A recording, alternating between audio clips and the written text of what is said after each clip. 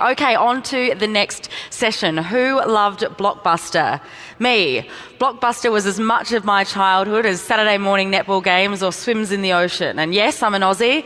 I swim in the ocean every day. Never seen a shark. I've seen dolphins that look a little bit too much like sharks sometimes for anyone's comfort level. But anyway, back to Blockbuster. Let's get to what we're talking about. Blockbuster's steady decline to a final store in operation. Who left people wondering, who will Blockbuster be in financial services? And where on earth did all those DVDs go? As tech continues to reinvent finance, banks are unbundling their offering and facing a new competitive reality where consumers have all the power. Think Alipay and Amazon. It's tough out there. To address the challenges and offer his insight into the gradual, then all too sudden impact of this unbundling is CB Insight's CEO and co-founder, Anand Sandwal. CB Insights is a National Science Foundation-backed technology market intelligence platform that provides predictive intelligence into emerging technology, startups and corporate strategy. Fasten your seatbelts and please welcome Anand Sandwal. Thanks.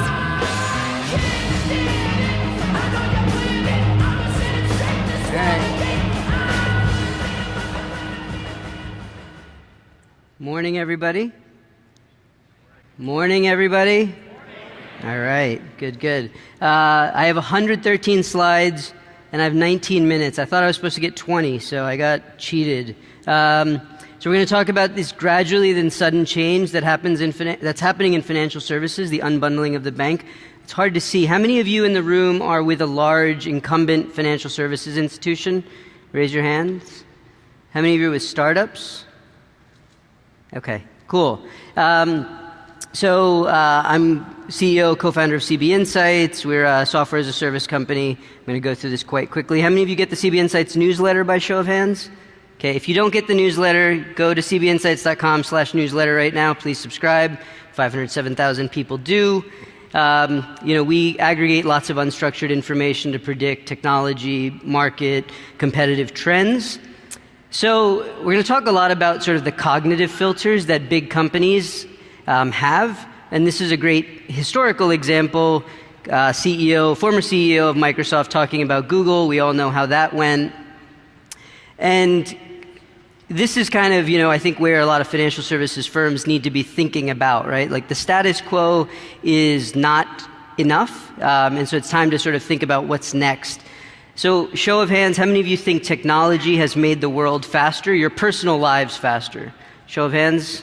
So, the same thing that you see in your personal lives is happening in the enterprise, and we're going to talk a lot about that today. I have sort of 5 main sections. We're going to talk about how markets and competition are moving faster, what are the impacts if you fail to respond, how these large financial services firms can own the future, what you should be watching, and then for the large financial services firm attendees in the room, I'm actually going to give you homework. So that's the final piece. So markets and competition moving faster. So the title of this presentation comes from this Ernest Hemingway kind of passage from The Sun Also Rises. How did you go bankrupt?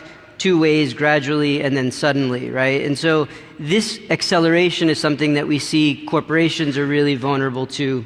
And there's this maxim, software is eating the world, that Mark Andreessen said, and we see that in reality, right? What you see here is the largest 5 companies by market cap. In 2006, there was 1 tech company. In 2011, there was 1 tech company. In 2016, it was 5 tech companies. In 2018, they've only sort of intensified and strengthened their hold on the largest companies in the world. And what we see then is, as a result of this, technology adoption has gotten quicker than ever. I'm not supposed to step outside this line, but if you see the telephone, in 1900, that dashed orange line, it basically took 105 years for the telephone to get to 90% of U.S. households. And then if you kind of go on the x-axis out to the cell phone and the internet in 1990 and right before the 90s, they basically got there in 15 years, right? And so technology adoption is quicker than ever, and this is something that's going to impact financial services. And we see it even within technology getting faster. So here's a couple of very fast-growing technology products. Here's Facebook ahead of them, and then WhatsApp has come out of kind of in 4 years and blown them all out of the water. And we'll talk a little bit about this rate of growth in financial services. This is Venmo's volume growth, right? So we're actually seeing sort of hyper growth in financial services now. This is Robinhood, 0.3 to 4 million in a few years. This is Coinbase in 6 years, going from 100,000 to 20 million. And so what big institutions are talking about, and I think the prior panel discussed, is this idea of becoming a technology company. Candidly, whether big companies are doing this or just giving lip service to it is something to be determined. But if you look at Goldman's job openings, you see the blue on the right side is almost half of their open positions are in tech. So you can see companies are realizing that they need to embrace technology, and you can see they're hiring in places that evidence that. You see Goldman poaching from Amazon, JP Morgan going after university talent. So what's making things go faster? You have technology, which we talked about, and data. And so what they've done is change how and what we think about, right? So I think we've moved to a more rational, empirical, decision-making framework and way of thinking. There's a constant redrawing of competitive lines, and then there's new markets that open up faster as a result of tech and data. And so in some sense, what we're seeing is the Moneyball of everything, right? So if you're familiar with Moneyball and sabermetrics and what happened in baseball, we're seeing a similar concept happening in political forecasting, music recommendations, in retail, and within financial services. Private data is transforming lending. So just as an example, if you're an online marketplace, using sales and conversion statistics about vendors can actually be used to drive lending decisions. If you're a payments company, payment volume, frequency, and history is another way of making lending decisions. Even accounting software companies are now looking at, okay, can we use balance sheet and other P&L metrics to figure out how to make lending decisions in ways that are non-traditional. And so what ends up happening is folks like Amazon enter the space, right? And so this is Amazon lending. They obviously have a lot of data about these vendors that transact on their platform. They can now do things with that to create lending products. This idea of competitive lines being redrawn is really important. So I used to work at American Express. We used to think about Visa, MasterCard, Citi, Capital One as our competitors. In reality, you see kind of, Airbnb. I'm not sure Hyatt or Starwood would have thought of them as a competitor many years ago, but now there's obviously an immense amount of value in this new tech platform. And this is, again, not just in financial services or in retail, right? You have, Benz thinking about Lexus and BMW. Now it's Waymo, it's Uber, it's Tesla. You have Walmart and Costco, and then now Alibaba and Amazon. I mentioned American Express, Comcast, Verizon, now Netflix, YouTube. So this is constantly occurring. And in financial services, you see at E-Trade, Ameritrade, Charles Schwab, now, have Robinhood and Coinbase. And so, here's where the growth, when you put it in perspective, you see how different it is, right? So we see 6-year growth of E-Trade accounts, 2.9 to 3.7 million, not bad. Here's Robinhood, here's Coinbase, right? So this is kind of the change that incumbents need to be wary of. And then what's happening is product and process innovations are happening quicker. A big one is the cost of launching a startup. So those of you who are a startup in the room, if you were around in the first dot-com bust in 2000, it was incredibly expensive to start a technology company, $5 million because of all of the servers and infrastructure you required. Because of AWS and the cloud and, Microsoft and Google, that cost has come down significantly. I'd say it's probably, now $500. What that enables is companies to launch, insurgent companies to launch, quicker, faster than ever before. And so what ends up happening is you have different types of innovations, right? Product innovations where you can acquire users using crypto, as Coinbase is doing, or distribution where Alipay is basically taking a consumer tech platform and then layering on financial services offerings onto it. Or there's real estate innovations happening now that let you sell your home without sort of sight unseen, right? So an innovation that would never have been possible many years ago. So what are the impacts of failing to respond? I think this slide sort of says it all, right? It's companies disappear now at an incredibly fast rate. So if you're an S&P 500 company back in the 50s, you had a long lifetime. You didn't have to worry about that. Now it's 17 years. And so suddenly comes quickly. So, which company is this? This is a stock chart of a company. Anybody want to shout it out? Yeah, so this is BlackBerry, right? So everything was going well. Apple launched. They had a gradual sort of decline. Then they had a sudden decline. And then you had the co-CEO, which is, I think I don't know if anybody's done the study, but there must be a high correlation between big companies that have co-CEOs and being completely kind of lost in rudderless. But here we have the co-CEO of RIM describing the iPhone as not a very good email machine. And again, things look good before the fall, right? They just got U2. They were the leader of the pack, right? Everything looks great, and then it doesn't. This one's a little bit, you're not going to have as much of a clue on this one, right? So gradually, then suddenly, this is the example cited earlier, and no CEO wants to be on this page, right? This is the punchline in the keynote that you don't want to be on, right? So, and then finally, any guesses on this one? Impacted by Uber? So, gradual stock fell 38%, then fell 64% in 3 months. So this was Hertz, right, in the car rental business. Again, you see kind of a steady decline while a steady uptick for Uber. On top of this, you have shareholders getting impatient. I'll kind of go through this quickly, right? So you had P&G was involved in this battle because, the activist investors said that they didn't figure out the Dollar Shave Club thing on their own. You had Ford. If I fast forward, you have Barclays and Citi actually kind of having to deal with this as well. And the impact of not responding means, your company can get, your CEO can get fired, right? So big impact. So how do you own the future? One of the big challenges is where you get your ideas from, right? So a lot of companies kind of focus on customers and employees for ideas, which is a bit of a problem. It's just, what it leads to is lots of incrementalism. And the other problem is they often prefer to build, right? So we did this survey of big companies looking at where they look to grow, and often, over 50% said they want to build, which is great, except they're god-awfully slow at it, right? So it takes over 12 months to launch a product. A quarter of them take over 2 years, and we just saw earlier how quickly new companies come to light and can get adoption. So if you're spending 2 years, that's way too slow. And so what we fail to see is the long-term threats, and then we're moving too slow or it's too late by the time we do. So what should you be watching if you're a big company in the room, and where do you look for it? So I think you look at your existing competitors. There's lots to learn from other big, well-heeled financial services firms. You look at big markets. These are the markets that insurgents are going to attack you on. And then you look at the insurgent competitors themselves. So how do you get competitive intel on your existing competition, right? So I think we have a very evidence-driven view of where the world is going. So in this case, you can see PayPal is copying Square when you look at their investments, their acquisitions, even their IP, which is what you see that image of, their patents. They're really copying the playbook of Square.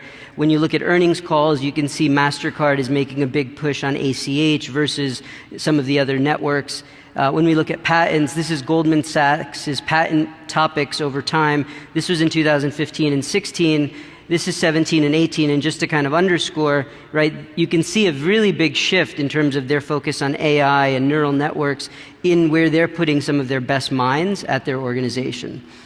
Then you have to look at large profit pools and markets, right? So what are the areas where you're vulnerable? So this is a slide from, I think, Banco Santander, where they were looking at TransferWise, and they basically said, listen, they can attack us on our most profitable slices of our business, and they don't have to offer all the other parts, right? And so this sort of famous Jeff Bezos quote of your margin is my opportunity is one that big financial services firms have to worry about. And so when you look at big markets, so we do a lot of work around aggregating market sizings, right? If you're a big company, big financial services firm, within payments, B2B payments or retail payments or, bank card payments within China are big, massive opportunities that if you're an insurgent, you're going to attack on, and if you're a big company, you need to worry about. Within wealth management, again, we see, huge opportunities here. Within insurance, again, big markets that insurgents are interested in. There's lots of money flowing in these areas. So, And then there's a new framework we've just launched kind of called the Next framework, looks at, okay, this is within property casualty, right? In the upper right quadrant are the things that we think you need to be paying attention to, so virtual auto claims, for instance. And then in the lower left are kind of, the things that are a little more sci-fi at this point, but embedded workplace sensors and how that might help you underwrite risk at a small business, right? So these are the types of things, the new markets that are emerging that you as an incumbent need to be paying attention to. Then, of course, there's the insurgents, right? So this is the unbundling of the bank. So the middle of this page is Wells Fargo's homepage, and then around it are all of the services that are sort of attacking individual products and services that Wells Fargo offers. Then you see, AI and fintech, obviously a really popular kind of theme right now, AI in everything. If you're a startup in the room, be sure to sprinkle AI into your pitch decks very liberally. It will increase your chances of being funded dramatically. SMB fintech, right? Lots going on here. European insurance, regulation tech, right? So again, there's things at the product level, at the customer level, at the kind of compliance, expense level that are all happening. Capital markets tech. By country, there's a lot happening in India, for instance. So Amazon's actually investing heavily in India, fintech companies, investment in wealth management. And then today we actually just released the FinTech 250. So this is kind of our CB Insights list of the 250 FinTech companies that you should be watching, and don't expect anybody can read all those logos. And I'll give you a link in a bit. But last year we did it for the first time. Our picks did quite well. They went on to raise $23 billion, a bunch of mega rounds, a bunch of exited. So again, these are the types of companies, if you're an incumbent financial services firm, you should be watching. And then, of course, insurgency is not just about startups, right? This is Chase's website in the middle and all of Amazon's offerings that are attacking Chase, right? And so I think there's sometimes this idea that, well, they're a partner of ours and we value them, and that's probably what we need to say publicly. But the reality is they're coming after your business, and so this sort of kumbaya talk is great, but it's not necessarily a real view into where the market is going.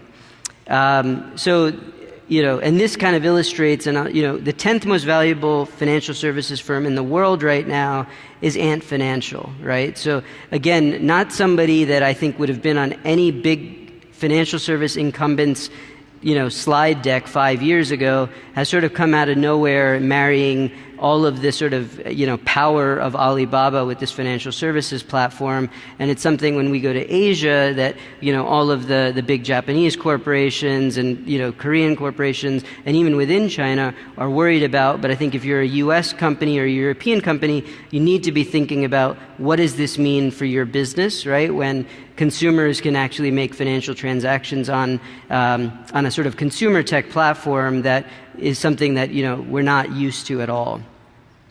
And when we talk about fintech hypergrowth, right, this is Alipay's registered accounts in millions. And when we sort of go back and compare it to those other platforms, the reality is fintech hypergrowth is here. So this is not some sort of it's coming, we'll one day see it. It's grown faster than Facebook, which was mind-bogglingly fast, and in between WhatsApp, which is a whole different sort of dimension of growth. But again, fintech hypergrowth is here. So now it's decision time, right? In your homework that I mentioned earlier, a great quote by Bill Gates about how we underestimate the change that will occur in the next 10 years. So this is sort of what you have to look at if you have a long-term horizon. And this is often, if we put those cognitive filters on, this is what a lot of big organizations do, right? And I would suspect that most of the people from those big organizations who are here are not the people guilty of this, right? It's the people back in the home office that you have to convince not to do this. And so history has lots of examples of people who've done this, and history generally is not on their side, right? So I'll go through a couple more examples, right? You got, obviously Microsoft did not Zamboni Salesforce. This was the president of Western Union basically saying the telephone wasn't going to be a thing. This one's interesting. I think the verdict's still out, but you see the beef business sort of pushing back on lab-grown meat and actually trying to use regulation as a way to inhibit this type of innovation, which is usually a good sign that a company is onto something. This was an interesting observation by the CEO of Walgreens after Amazon acquired PillPack, right? This sort of instinctual desire to discount an insurgent this way is just stupid. Then you have this worked really well, right? And so if you understand that that change is already happening, so you can't put the toothpaste back in the tube. It's time to plan your attack. So I'm going to kind of leave you with your homework, and this is only for the big company people in the room. So startups, I'm at a startup. I know you're busy, so you guys don't need to do this. Not to say the big company people aren't busy. Sorry, I did not mean to imply that. But I know you guys create lots of decks, so this is just another deck you have to create. So I think one thing is you got to suspend disbelief, right? So identify 8 to 10 trends, insurgents, business models that could impact your business. So I want you to get rid of that cognitive filter that is very strong at big companies. And then I want you to pick out of those 8 to 10, 3 to 4 that you think are the most unlikely to happen, right? So the ones that, like in your meetings with your other big company people, you laugh at and you're like, ha, that foolish startup, right? Those are the ones I want you to think about. And I want you to use this concept from improv that's yes and, right? So basically think about the 5 things that would have to happen for that disruption to actually come to light and be problematic for your business. So that's your homework. Again, if you take one thing away from this, gradually then suddenly happens across industries. It will happen in financial services. This is where you can get this presentation. I saw lots of you taking pictures. So you can get this presentation, cbi.vc at Money 2020, the FinTech 250 there. And for those of you who do your homework, please email me. Thanks for the time. Have a great Money 2020.